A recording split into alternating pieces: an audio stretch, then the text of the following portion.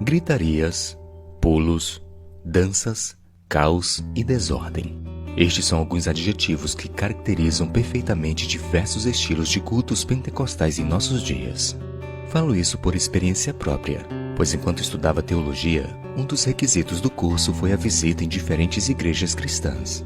Uma delas me marcou bastante, pois o culto foi marcado por gritos altos, rodopeios, quedas ao chão e uma espécie de língua estranha, a qual literalmente ninguém entendia nada. Todos falam ao mesmo tempo em um tom de voz cada vez mais elevado. Confesso que não consegui me concentrar no que o pregador falava, pois ao meu lado, constantemente uma mulher se levantava e começava a gritar várias frases sem tradução. Essa desordem em um culto seria algo que agrada a Deus? Tal experiência me lembrou que nos tempos do apóstolo Paulo havia um problema semelhante na igreja de Corinto por causa do dom de línguas. Como algumas pessoas queriam mostrar que tinham o Espírito Santo, elas falavam no meio do culto simultaneamente, o que causava grande confusão. Na primeira carta de Paulo aos Coríntios, ele fala da necessidade da ordem no culto. No capítulo 14, a partir do verso 27, lemos: No caso de alguém falar em línguas, que não seja mais do que 2, ou quando muito 3, e isto sucessivamente, e haja alguém que interprete.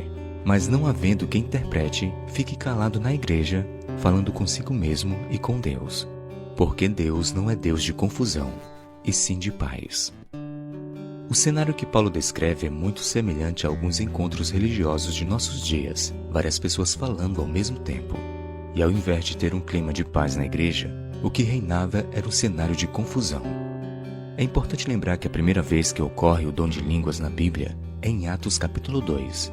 Naquela ocasião, como havia pessoas de várias nacionalidades diferentes, o Espírito Santo deu aos discípulos a capacidade de falar em outro idioma. Cabe ressaltar que o termo língua no grego é glossa, a qual não tem qualquer ligação com uma espécie de língua desconhecida. Antes se refere a idiomas conhecidos.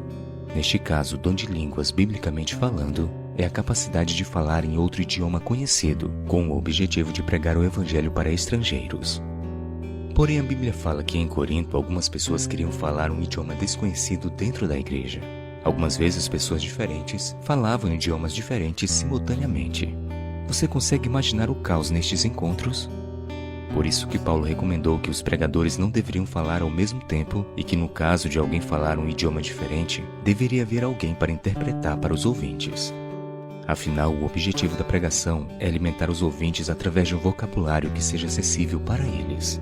É como se Paulo nos dissesse que não adianta falar muito se o público não consegue entender nada. Por fim, Paulo demonstra sua rejeição a qualquer tipo de manifestação na igreja que cause desordem. Por isso que encontramos uma recomendação sua, a qual ainda deveria ser um guia para nossas igrejas hoje. Tudo, porém, seja feito com decência e ordem.